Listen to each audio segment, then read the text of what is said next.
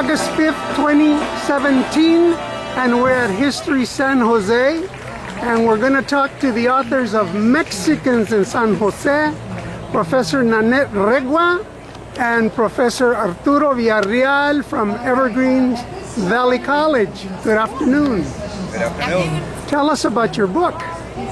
We wrote this fantastic book. We gathered over 250 photographs from local archives and institutions and museums and our community. The book is called Mexicans in San Jose, and it begins from 1777 to 1999 with the grand opening of the Mexican Heritage Plaza. And what part did you play in the book? Well, I did assist with several of the chapters in the book. Both Nanette Regua and I have our expertise. So we contributed by way of different chapters. She covered certain chapters, I covered certain chapters. And of course, we did assist each other with those chapters. Arturo and I divided up the chapters in the table of contents, as you can see. I organized the photographs of New Almaden Quicksilver Mines in Spanish Town. We collaborated on cannery and agriculture work. I also focused on leadership and organizations, religion and family, and we collaborated on arts and entertainment. This is a nice little chapter because it covers a bit of history that's usually not dealt with here. The New Almaden mines were the second largest producers of quicksilver in the world, and quicksilver or mercury is used to separate gold from other minerals, and it is the New Almaden mines that supplied the mercury to the gold rush during the gold rush period. This is a nice little chapter because it covers a bit of history that's usually not dealt with here.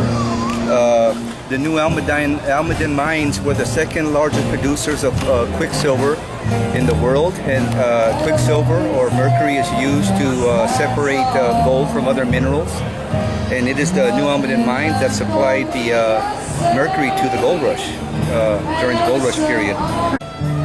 Professor Villarreal, so was this mine discovered by the Americans? Well, originally the Ohlone knew about this, and they used this for, paint their bodies, amongst other things. But it was in 1845, as you see here, that Captain Andres Castillero discovered the cinnabar deposit just 12 miles south of downtown San Jose. And so it all started with this particular discovery. Eventually, the vast majority of the workers in the fields would be of Mexican descent, and it was there that you saw a lot of segregation.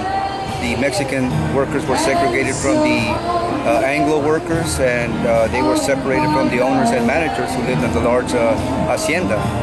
The Mexican workers lived in a section of town called Spanish Town, and that is where you found what was called the Mexican School, arguably the first segregated Mexican school in the nation.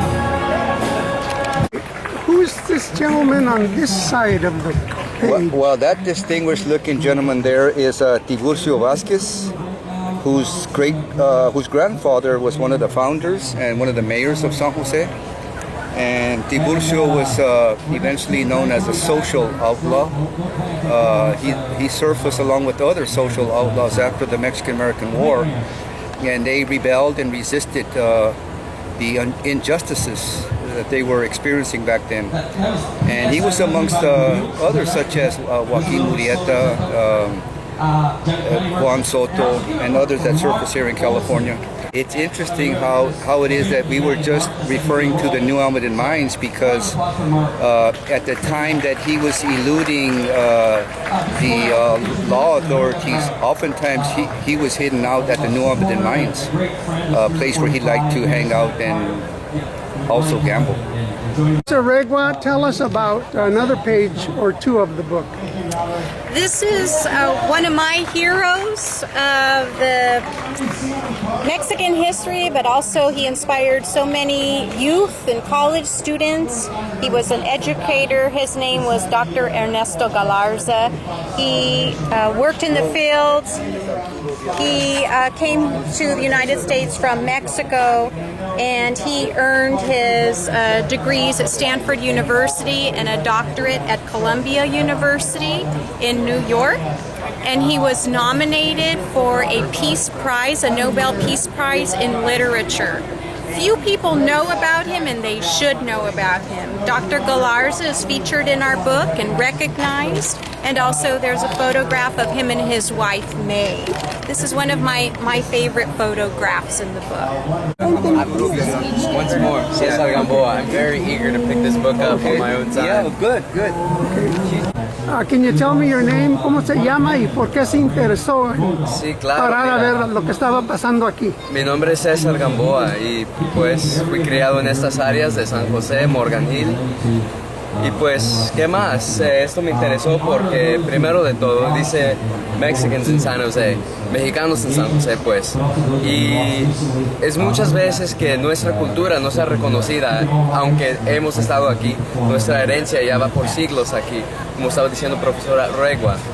Y con ver este libro es llamativo porque está hablando de nuestra historia local, es nuestra historia, nuestra cultura, y ya es tiempo que la reconocemos pues.